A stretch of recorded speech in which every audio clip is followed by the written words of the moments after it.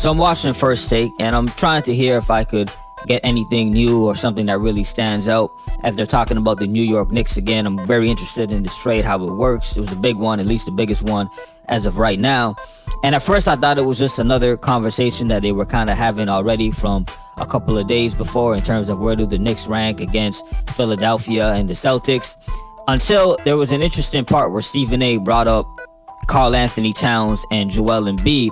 And he said, yo, Joel Embiid, he's gonna basically give a hard problem to Karl Anthony Towns, right? Like, he's saying this to Kendrick Perkins, and Kendrick Perkins looks at him like, nah, what are you talking about? Karl Anthony Towns could hold his own even against Joel Embiid. And then this triggered a whole debate back and forth between really Karl Anthony Towns' defensive ability and then kind of what he could do on offense as well. And then extend into another conversation where they're comparing Joel Embiid to Nikola Jokic and throwing Karl Anthony Towns in the mix. And I was like, whoa, wait a minute. Damn, is Cat a lot better than I thought where he's in these kind of conversations now? So I'm going to provide it for you, certain clips that they had in regards to this conversation specifically, and react to it.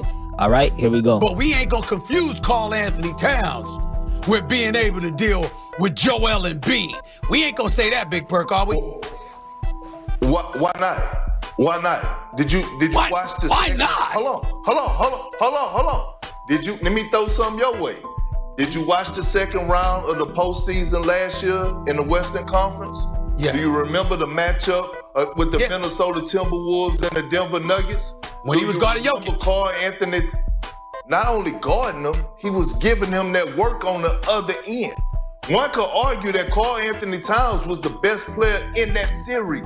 Remember, Anthony Edwards struggled throughout the course of that series. Karl Anthony Towns was putting in that work in that series so much that they were better with Rudy on the bench and Karl Anthony Towns at the 5. He was giving Jokic problems. So I'm not disagreeing with that. Hold on, top. Kendrick Perkins does have a point, but there's some context that needs to be added. First, I'll acknowledge what he's saying. Yes, there was a lot of talk, as I'm sure some of y'all remember, with Rudy Gobert and not being able to guard Nikola Jokic, him being the defensive player of the year multiple times. He wins it again. A lot of expectations in terms of, you're supposed to guard this guy, even if he is an MVP and an all-time great center. Now, at first, I was of the mindset that, usually in the NBA, as great as you are as a defender, if you're truly a great offensive player, usually you'll still have the edge. So I was like, Rudy's just doing what he could do. But Perk is right. When Karl Anthony Towns switched on him, eventually they had to switch from their defensive player of the year and let Cat guard him.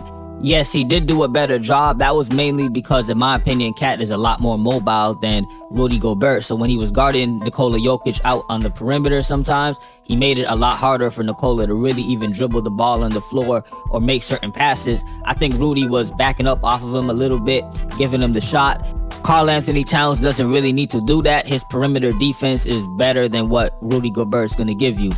Here's where the context comes in, though. And I know it's not all about the numbers when you really sit down and watch that game. It did help the Timberwolves a lot when Cat was guarding Nikola Jokic and vice versa. Nikola Jokic had to go out there and guard Cat. He couldn't just relax on defense anymore. It's not Rudy Gobert that you're guarding, right? But here's the statistical numbers of that series. Karl Anthony Towns averaged 18 points a game, approximately, maybe about 19, 9 rebounds, and he shot about 46% from the field, 47 if you're rounding up. Anthony Edwards, however, he was still doing his thing. He averaged 26 a game, 6 rebounds, 5 assists. Those are still superstar numbers, star at least.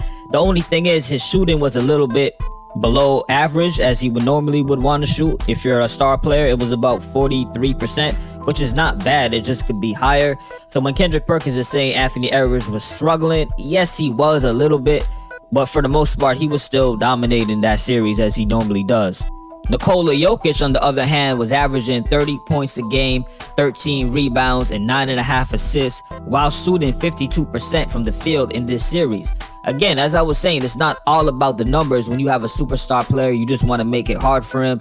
Tough shots, frustrate him, things like that. Those stats, however, speak volumes. Let's not act like Cat just totally shut down Nikola Jokic. He went cold for the rest of the series, and he was never seen ever since. I'm not disagreeing with you. I understand, especially given that business, because when Karl Anthony Towns' shot is falling, he could give anybody the business. I'm not talking about, I didn't bring him up offensively. What I said was, What you gonna do about Embiid? Now, Kendrick Perkins, let me hold on for a second here. You do understand that as great as Jokic is, Embiid is a different beast.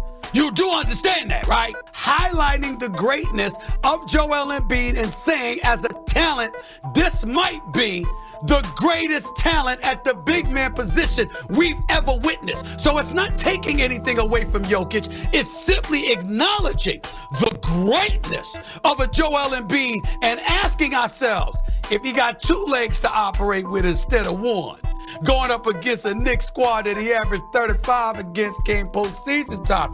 My God, what's the answer to that? It ain't Karl Anthony Towns defensively. I'll tell you that much. And I love Cat. This may be another debate that will take a whole nother video. I do still want to quickly get into what Stephen A said about Joel Embiid maybe being the greatest talent-wise we've ever seen for a big man. It's something that he's repeatedly said.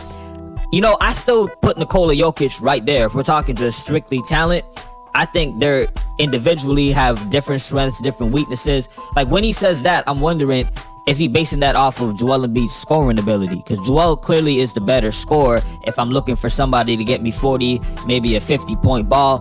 Nikola Jokic, however, he can still get you a cool 25 to 30 and give you 15 assists. That's still a very gifted talent within itself that I think gets overlooked sometimes in these conversations. Nikola can still shoot just like Joel Embiid can shoot. And, you know, when we're talking about post games, it's debatable as well. I'm just saying that conversation is a lot more closer than I think Stephen A is making it out to be. But Stephen A is right about his assessment when it comes to Karl Anthony Towns not being the answer for guarding Joel Embiid. To piggyback off of what Perkins was saying, to summarize it and get into some other points. Number one, it's not uncommon for even a role player to have a really good series in a playoff matchup. Karl Anthony Towns is obviously a lot more than just a role player. I could see him doing that, coming into a series and changing the whole game. The thing is, can he do that continuously? Now, let's say he does. Nikola Jokic is not a great defender. I could see Karl Anthony Towns having his way. Can he do that against a Joel Embiid, especially if he's healthy? Joel Embiid is a better defender than Nikola. I think most people would agree with that. That's the question that needs to be asked. The second thing is, as I said before, Nikola is more of a willing passer. He's not necessarily looking to score 40, 50. Joel Embiid will do that. There will be more pressure on Karl Anthony Towns to guard Embiid and stop him and even try to force him to be a playmaker, as opposed to Nikola Jokic, who's a lot more willing to do that. Now your centers.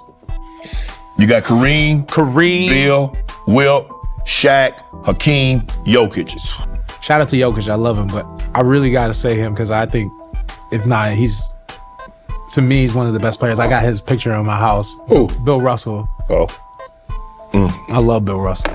Like, that's crazy as shit. Shout out to Jokic, though, for sure.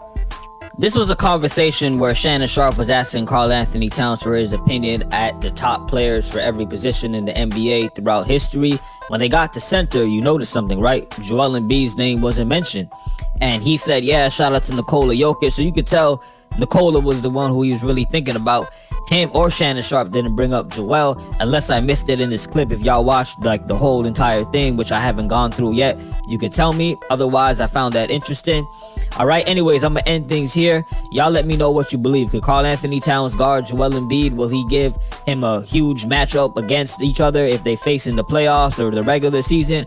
Hit me up in the comment section, let me know. And as always, salute for listening. Peace.